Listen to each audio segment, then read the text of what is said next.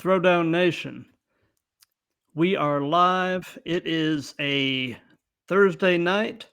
We are streaming on Instagram, YouTube, Twitter, Facebook, and Twitch.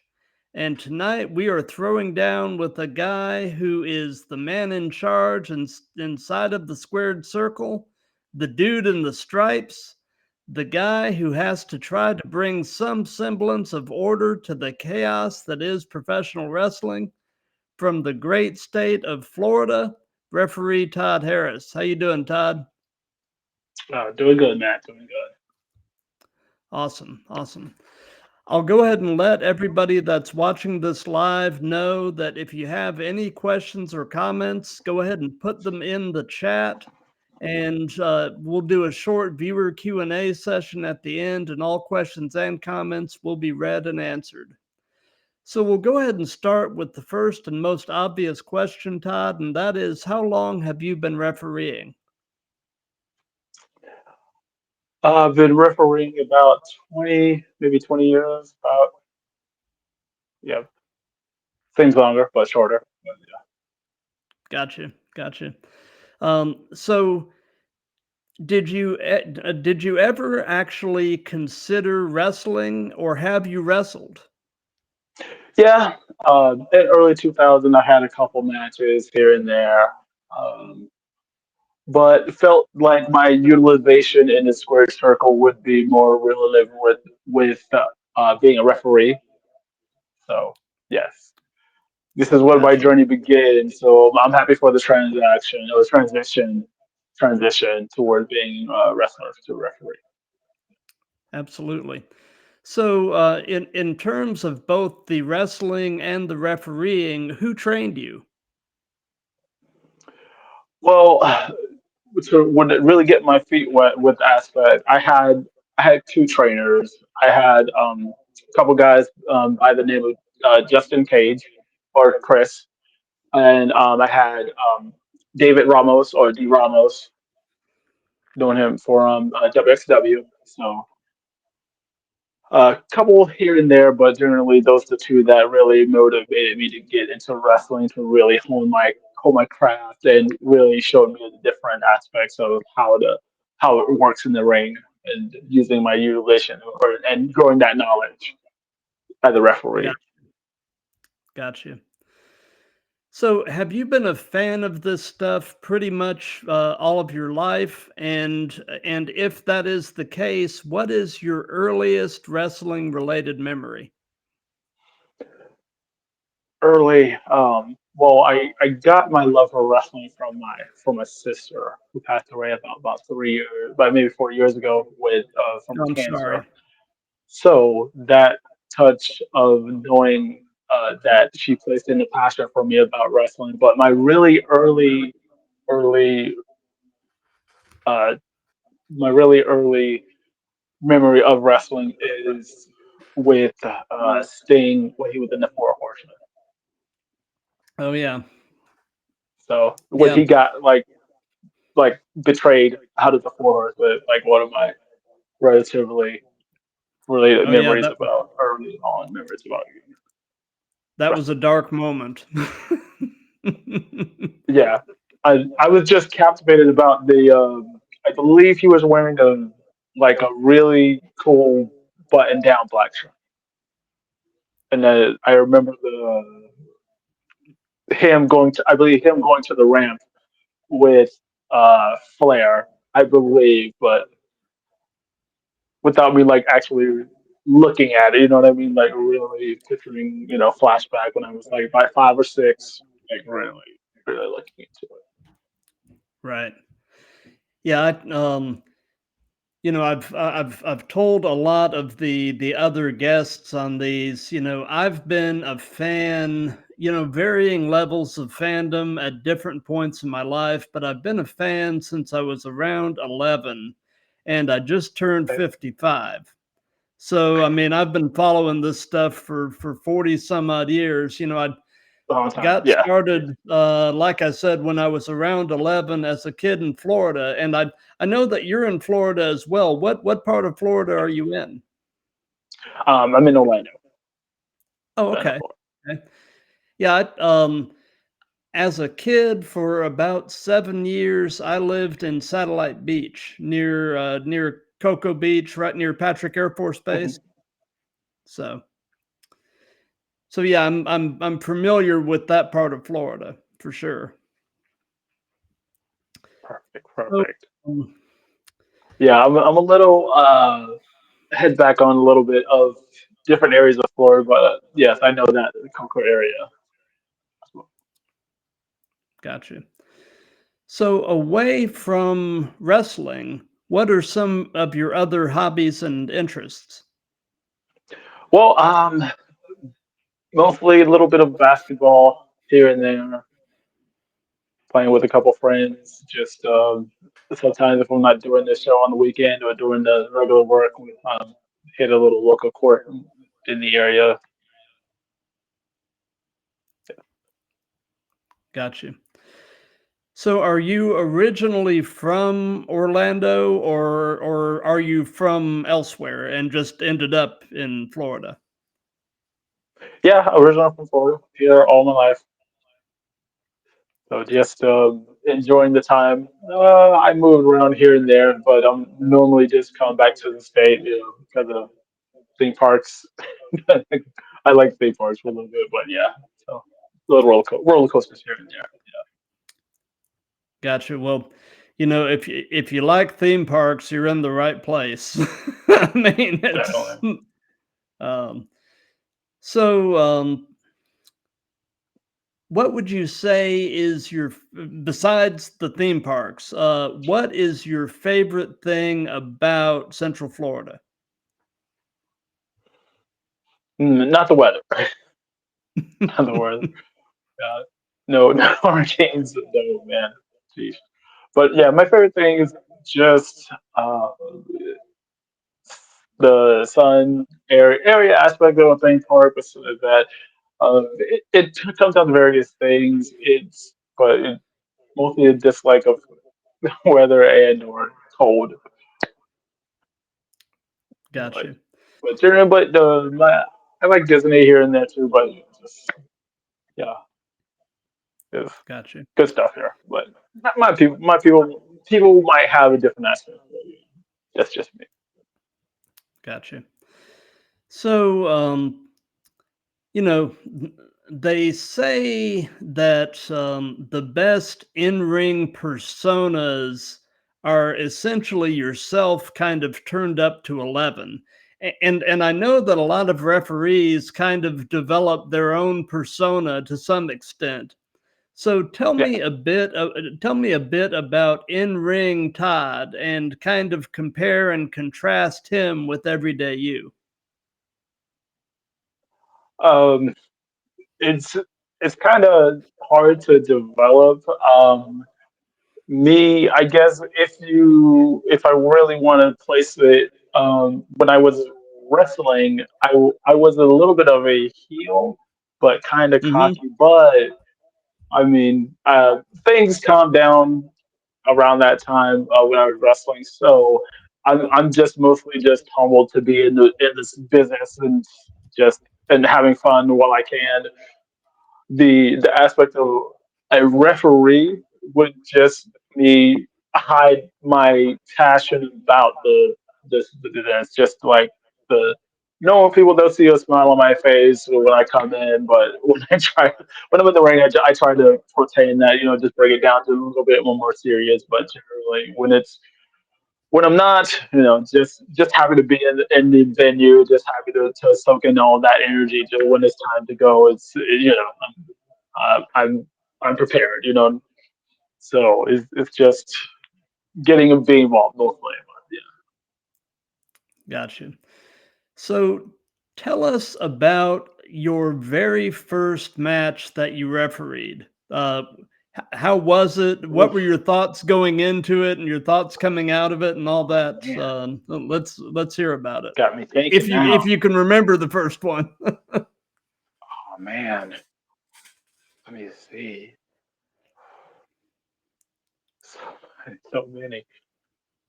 Oh man, the only thing I can remember is It was with uh, Venom and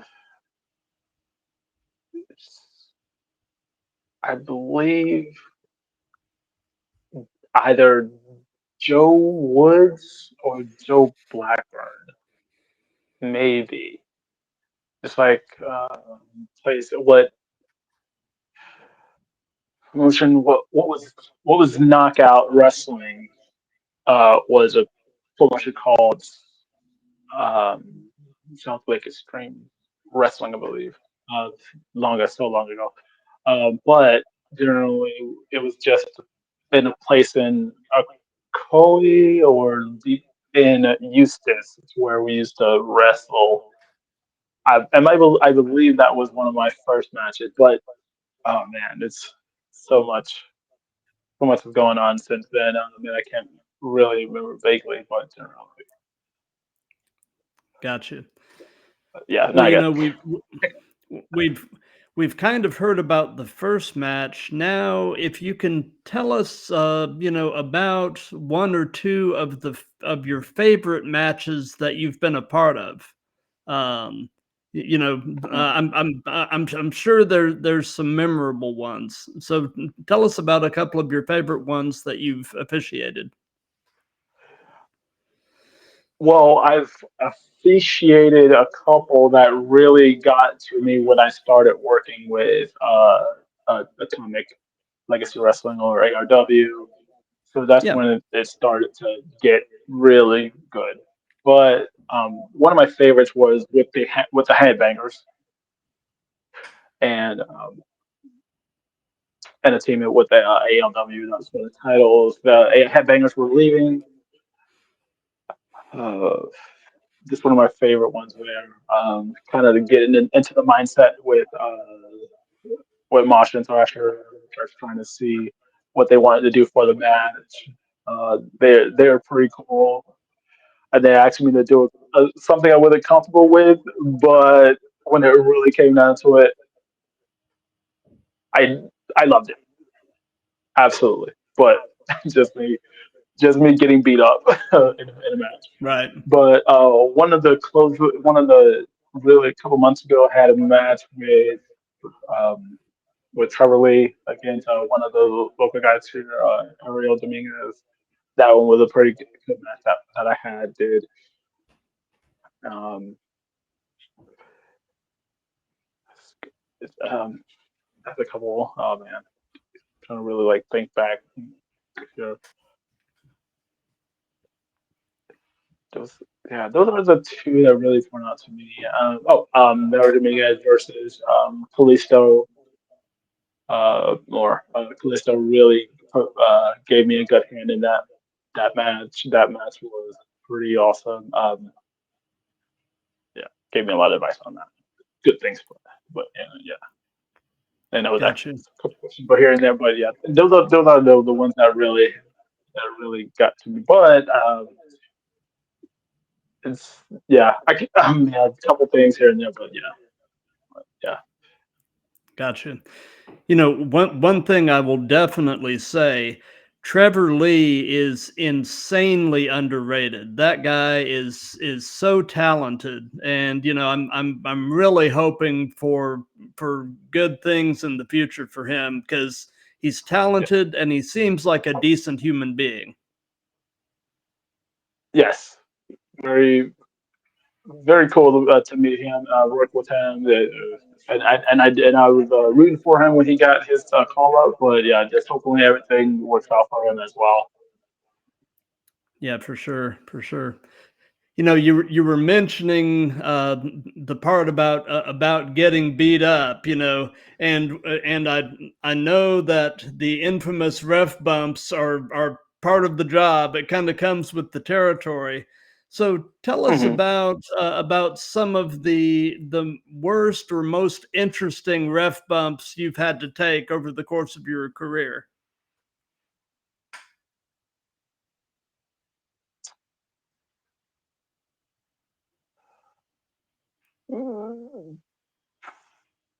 I think that was one. Uh, there was one. with Venom when it cost him the title match. This was like when I first starting. Uh, that one was pretty cool. Hit me with this nice spine buster. Oh man, that was too fun. Um, there, uh,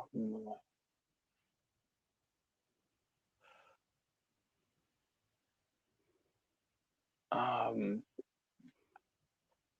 there's a couple with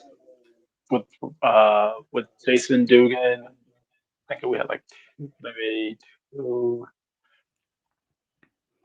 but generally nothing really comes to mind. I really have to backtrack and like look at footage just to like oh yeah that was cool, but hopefully I'm not bumming that much. But Gotcha. Gotcha. So, what is the longest distance that you have ever driven to get to a match?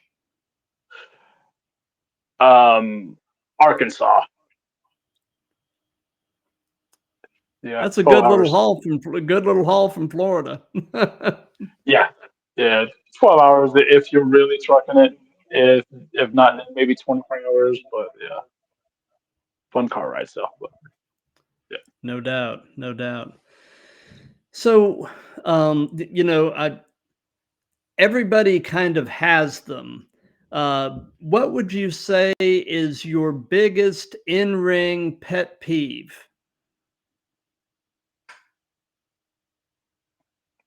Hmm. I really gotta think of that, like just like the pressure, pet peeves of just like getting those really big matches and just like really thinking about the history with that person if it's like a really big superstar. But I mean that went for the pet peeve, but just me trying to make sure I'm in the matches. We'll just make sure that I have the title corrected in the right spot, but generally just making sure I get the title, so hold it up so they know, so members know that it would be good a title match. Gotcha. So, what has been your most unusual encounter with a fan? None, none really. Everybody's respectful. Everybody's cool. Haven't had nothing really going on with that, but yeah. Gotcha.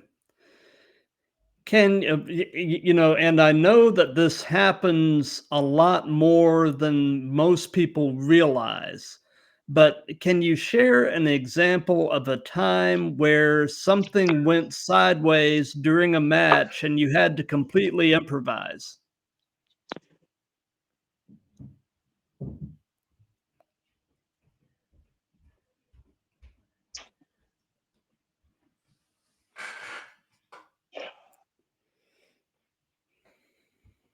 Boy, let's see.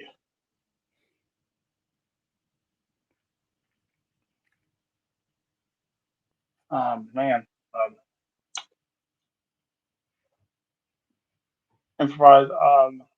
Just, I think there was a moment when a special wrestler they took a move badly, then they kind of hit their head hard, but so we had to change it on the fly. The other guy wasn't supposed to win, but generally we had to change the finish on the fly, Right. kind of get them the assistance that they need to get them to the hospital. But yeah, just one of those things that don't happen that much, but we hope it doesn't. But we're prepared to make changes. Gotcha. Gotcha. Um, So, you've been doing this for a while, so I mean, this will definitely apply. Tell me about the impact the pandemic had on your refereeing career, because I know for a while there, pretty much wrestling was kind of shut down while they were trying to figure it all out. So, what impact did that have on your refing? None really. Just trying to, if there was a time to get an opportunity, I was reaching out to a couple people, just getting my name out there, or probably just seeing, hopefully maybe there's a show somewhere. But around that pandemic time, I did get the opportunity to go to Raw and just be an extra as a referee. So that was a really big opportunity for me, also.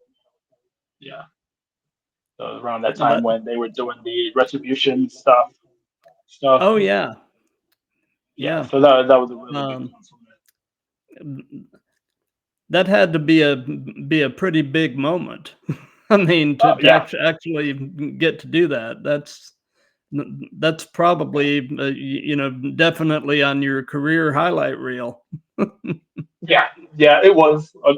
Unfortunately, I wasn't a referee in some of those aspects, but even just getting that little 10 seconds on camera, really kind of makes it Oh yeah, happen. for sure, for sure. So, and there have been, over the years and over the decades, some really great ones. Are there any referees that you look up to and you've tried to sort of model your refereeing style after? Yeah, there's a couple. I do have a couple referee mentors also, like that work for WB, work for TNA. So they definitely assisted me in getting opportunities, also, or even just letting me know if I'm having any issues with matches, or yeah, or just letting me know, hey, try this. You want to make sure you're here. But mostly, uh, Claudia Reeves, she was for TNA for Impact. You have Derek, he used to work for WWE. You have Mark, used to work for WWE, ACW. I had an opportunity to get information from David from Jason Ayers. He came to check out a couple of my matches. That was a good opportunity there. Spoke with Mike Keogh, uh, with Bill Alphon. Spoke with Billy Silverman. And I still kind of speak with Billy and ask him a couple things like, "Hey, can you check this?" So he's pretty cool about a year and a half since we had a show together. Provide get logistics from referees that maybe I might be doing something wrong, or ask a question. So it's definitely good to have that particular network to pick their brains also. Gotcha. So, do you have an all-time favorite match as a fan? A match that you could have watched it a million times and it just never gets old, and there's always some new little nugget that you can pull from it every time you watch.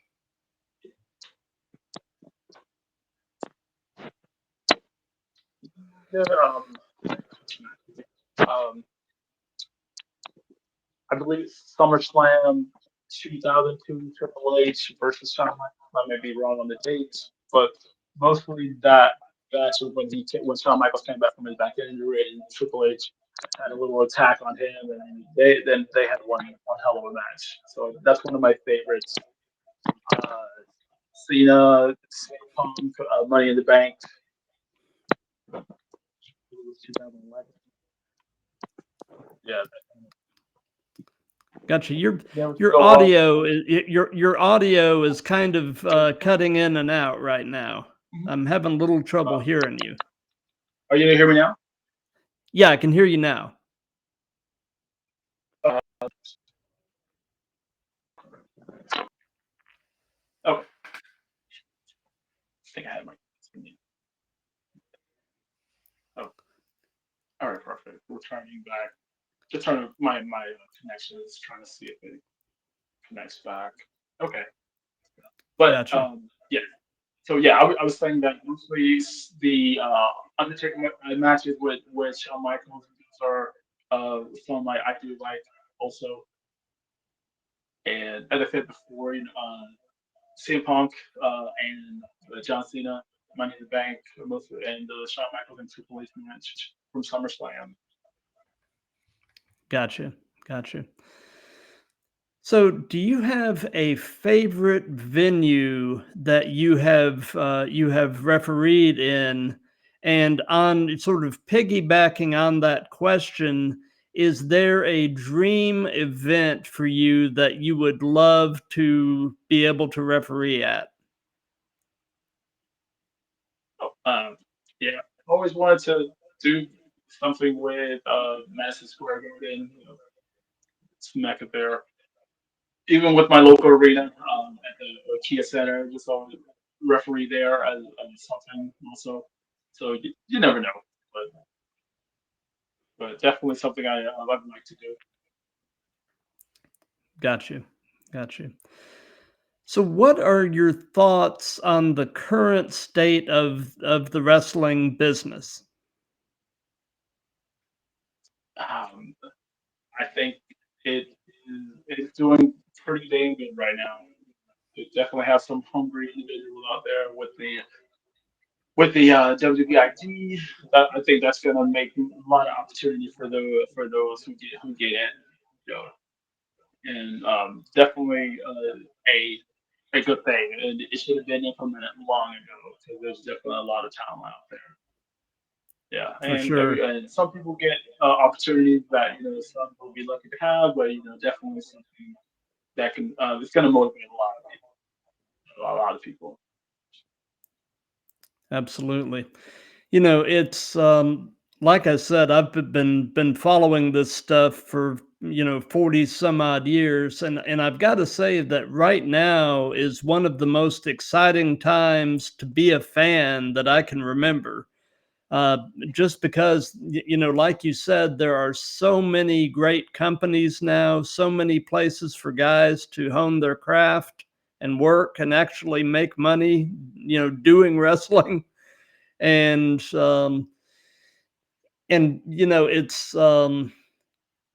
it's funny, how things have kind of ended up now with WWE, that essentially you've got the two main guys from D-Generation X running the company, Hunter and Sean. The irony of that is not lost on me. But Yeah. the current regime and the current environment in that company is so positive in terms of wanting to collaborate with other companies, like the crossover they've been having with TNA. And you really do have a sense right now, and it hasn't been this way for a long time, but you have a sense right now that just about anything is possible. And that's really a So neat position to be in. definitely, so true. Anything can happen. Yeah. Absolutely. So, what is your take on the role that social media is playing as a promotional tool in wrestling? Yeah, it's a big advocate for those who want to branch out and get more followings or more fans into the using the medium just to get their name out there. Really, because you never know who's watching. You never know. For And sure. I had a I was at a show. I was actually in a show in Arkansas, and one fan noticed me. Like, John, hey, what's up? I'm like, whoa, like, wow. It's like, yeah, I seen you referee the match. I was like, wow, okay, so that definitely is a handful of gesture to me. That's pretty cool. Well, I get recognized, but Absolutely. I don't get recognized much, but when it happens, I'm like, hey, thank you. Absolutely. I'm going to throw this up on the screen right now. Um, we've got Miss Betty, saying good evening. She is a super fan of indie wrestling, and she's based in the Augusta, Georgia area, and goes to as many matches in Georgia and South Carolina as she can. And she is just absolutely great. So I saw her in there and wanted to say hi to Miss Betty. Ah, hello, Betty. Thank you for watching. So let's see here. Goodness. Okay. So, where were we? So, knowing everything that you know now, Todd, if you could give any advice to your younger self, what would it be? Hmm. Ooh, great question. I would go back to a time to where I had an opportunity to go to get trained at SCW. It's one of the things I wish I would have did, but ultimately, being a teenager and a young adult, other responsibilities. So definitely something I would much really now that I'm older, have a little chance to have a little fun. So definitely enjoying my time right now, just having a little fun. But when I was younger, yeah, definitely get a little bit more Awesome. opportunities. So, do you have any advice for any young people that might watch this that are looking to break into the business? Do you have any advice for young folks that are thinking about it? Yeah, listen to your passion. Just go with your heart. Just really get yourself prepared at a wrestling school so that you know how to get within the aspects of your body and making sure that you're being taught in the correct way. And just when it's time and your trainer knows that you're ready, just don't hold back. Just go out there. Only thing that's gonna get you ahead is roughly yourself having the strong mind to make sure that you're in the right position at the right time also, but also don't hold back. Like really go for it. Absolutely. So, do you have any pre-show traditions or any things like that? Any things that you try to do consistently before you go on?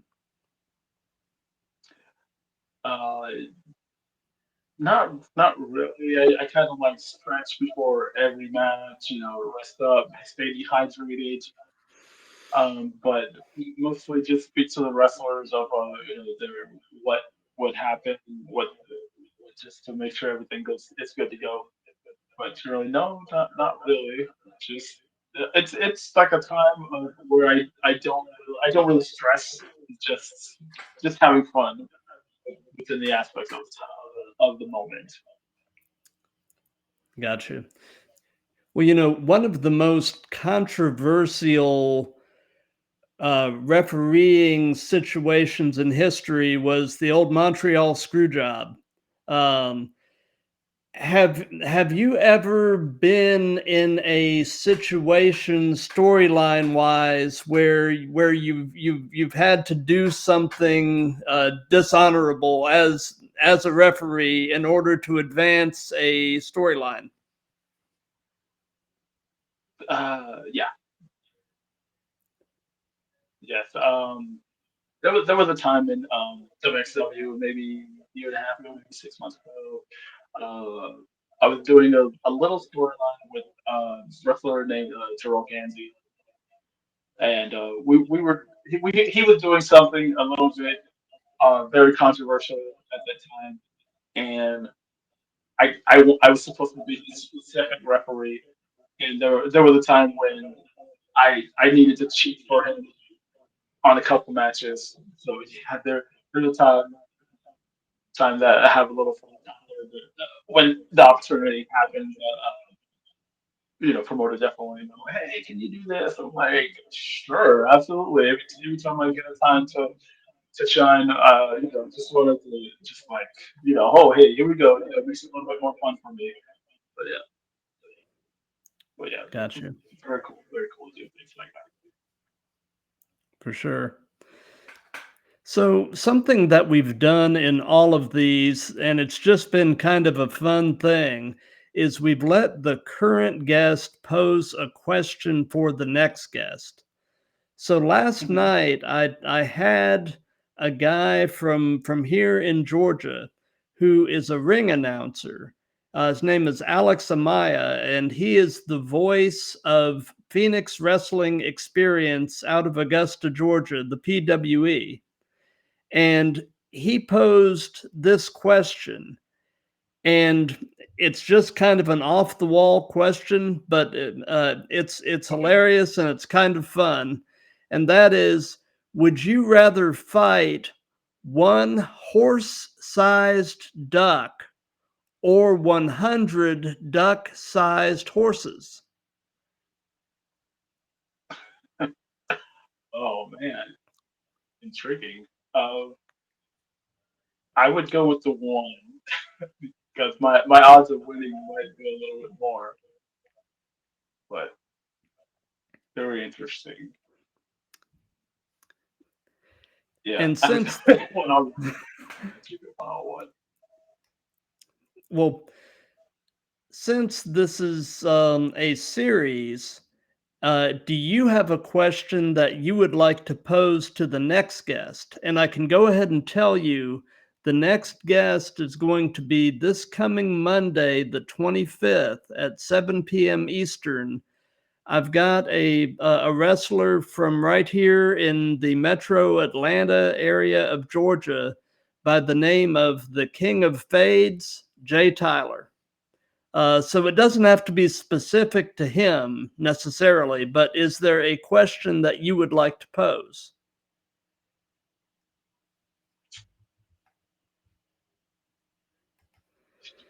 Hmm.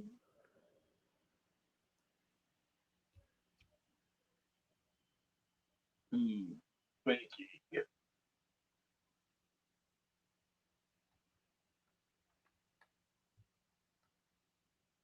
Hmm.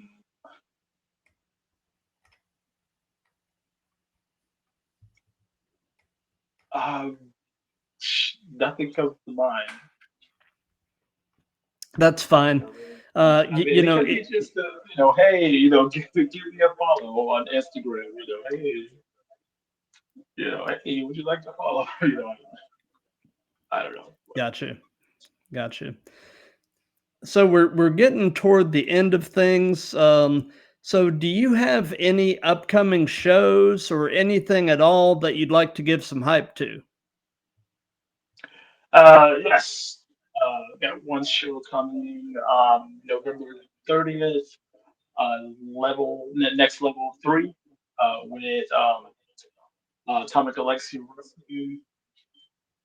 We're gonna do the show at the Space Coast Convention Center in Cook. So um, it's gonna be a good show. Got a couple good names out there. You can get more information on the Facebook Atomic Legacy Wrestling, Oh also yeah. on Instagram, Atomic Legacy Wrestling, and of course you can reach out to the fearless leader Alex Red. I'll provide you with a little bit more information and or um, Mr. Jason Dugan. Yeah, I've had Jason on here, and I've had a few other ALW folks on the show. I've Jerry Swirls and a couple of other people. So it looks like y'all really have a good thing going with ALW. Definitely, yeah, yeah. Lots of fun with those guys. Lots of good vibes. Also, one of my favorite people to work with. Also, yeah, definitely think I can't say a lot more positive things about working for Atomic, but I do hope we have a good run, so we're coming across an 8th anniversary show also, so that's good. That's definitely going to be fun. Definitely got some good good card coming, good big names. So just keep a lookout for that. We got the show December 15th as well, but next show is going to be November 30th. Very good. Very good. Well, I definitely want to thank you for your time. This has been very entertaining, very informative, Yes. and for everybody that's been watching this live, thank you. For those of you that'll be seeing this on replays, thank you for that. If you like what we have going here, definitely spread the word. This thing is really taking on a life of its own. I'm actually booked up through the middle of December, and then the last 2 weeks of December, the show is going to kind of go on hiatus for a couple of weeks for the holidays, and then we'll Of be course. coming back. We'll be coming back the week of January the 6th. But Awesome. but in between now and the middle of December, we are heavily booked. As far as what's coming up immediately, like I said, Monday the 25th at 7, I've got the King of Fades, Jay Tyler. And then Wednesday the 27th, also at 7 p.m. Eastern, I've got episode 54 with another Georgia based wrestler, the Sun God, Eddie Hendricks. And both of those are Metro Atlanta guys.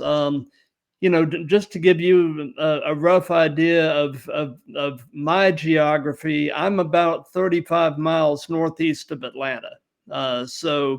And I've been here since around 1983. Moved from Central Florida up here, and I've been here ever since. So I guess if I'm from anywhere, I'm pretty much from Atlanta at this point. But um, it's a good place to be. There's a really thriving indie wrestling scene, in Georgia. So that there's definitely a lot of talent up here, and I mean, the indies are thriving pretty much everywhere, and it's just exciting to see. It really is. No, yes, understandable. It's so many shows going on right now, and I'm just ecstatic for everyone who has something fun to do on the weekend if they're in wrestling. Even if you're a fan, even if you're just wrestler, commentary, referee, it's definitely a lot of fun. I went to I had the weekend off and I wasn't wrestling, but I went to the GCW show because a couple of guys from AEW was out there, so we just had a little fun and hung out. Got to meet a couple of wrestlers and promoters, so definitely a fun aspect to it of being a guest out there and just seeing how the fan base is really hardcore about the product. Not to say hardcore, but really passionate about their company about GCW, Game Changer Wrestling. But yeah, they definitely have a good fan base. For sure. I haven't had the opportunity to catch that much GCW, but I know that they are putting out a really quality product, and Mhm. I'm definitely hoping to see some more of it in the near future. Yeah, they got a couple of shows coming up. I had an opportunity to meet Brett, the owner for GCW. We're gonna have Nick Gage coming into Atomic also Oh, in really? one of our new shows. So yeah, definitely we can look out there because you never know what's gonna happen. Absolutely, absolutely. Something I'm gonna do before we go is I'm briefly going to throw the QR code for my link tree up on the screen. and that basically that will take you to basically a list of all of my various social media and everything. So I'm just going to throw this up here. Um, and if anybody wants to use that to get to my various social media and such, I would definitely appreciate it.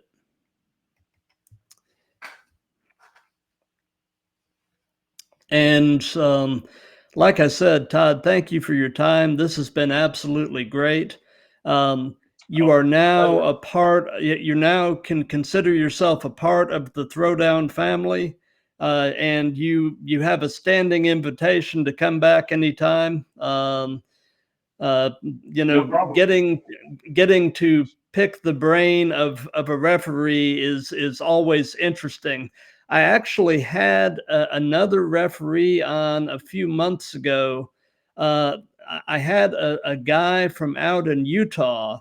Um, he is the youngest licensed referee in the state of Utah. He was 14 years old, and he's actually in training to wrestle, and he is a third generation. His dad and his grandfather both wrestled, and it was really interesting, hearing his perspective on the business and on refereeing, and getting his thoughts and his experiences being so young, and sometimes dealing with the talent or the fans not respecting him because of his age and all of that, so that was an interesting conversation.